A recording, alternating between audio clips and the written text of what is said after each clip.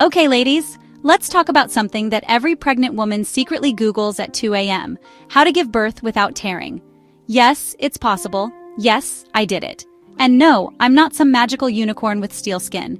I'm just a regular mom who figured out a few things along the way and maybe got a little lucky.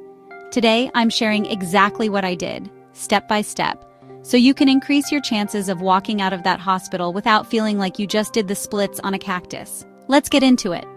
First things first, tearing happens when your perineum, which is the area between your vagina and anus, stretches past what it can handle during birth.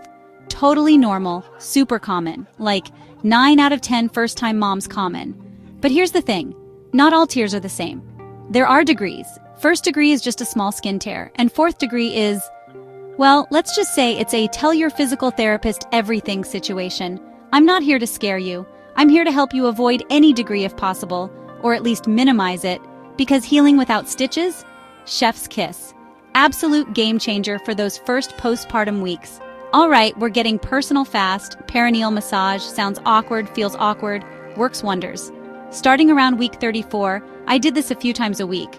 Basically, you use clean hands, some natural oil, think coconut or vitamin E, and gently stretch the perineum with your thumbs. The idea is to get your body used to that burny, stretchy feeling before showtime. Pro tip, do it after a warm shower when your muscles are relaxed. And yes, it's normal to feel ridiculous doing it. My husband once walked in on me and I yelled, "It's for the baby!" like I was defending national security. It's not glamorous, but honestly, it made me feel more confident going into birth, like my perineum had been to the gym. One of the biggest reasons women tear? Lying flat on their back while pushing, gravity is not your friend in that position. I gave birth on my side, slightly upright. This took pressure off the perineum and gave baby a better path out. Other great positions include hands and knees or a supported squat. Basically anything that lets gravity do some of the work without smashing your poor perineum into the mattress like a pancake. If your hospital doesn't love alternative positions, advocate for yourself. Tell them your birth plan includes perineum protection. You are the CEO of your birth, not just a passenger. Picture this. You've been in labor for hours. The nurse says, "It's time to push," and suddenly you're in a get this baby out now frenzy. I get it. But rapid fire pushing is the fastest way to tear. Instead, I used what's called breathing baby down. It's where you let contractions do most of the work and gently exhale push. When baby was crowning, my midwife literally told me to pant like a puppy. Weirdest advice, best advice. It slows things down so your skin can stretch without ripping. It's hard when adrenaline's high, but if you can resist the urge to go full Incredible Hulk, your future self will thank you every time you sit down postpartum.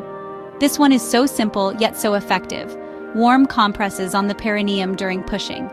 My midwife placed a warm, wet cloth right where the stretching was happening.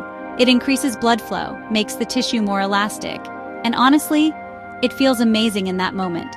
Like a spa treatment, but you're birthing a human.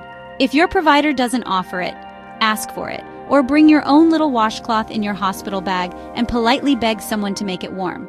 I know. Sometimes you want to tune everyone out when you're pushing a watermelon through a keyhole. But if you've chosen a provider you trust, listen. When my midwife said, "Stop pushing and just breathe," I obeyed. That's when she supported my perineum with her hand and gently eased the baby out. No rush, no tearing. It's a dance between your body, your baby, and your provider. And in that moment, patience is your best friend. Okay, so you did everything right. And maybe you still get a tiny tear. First of all, you didn't fail. Sometimes it's just baby's position, or genetics, or fate. But here's your bonus tip. Whether you tear or not, treat your downstairs with VIP level care afterward. Peri bottle, witch hazel pads, air drying, sitz baths.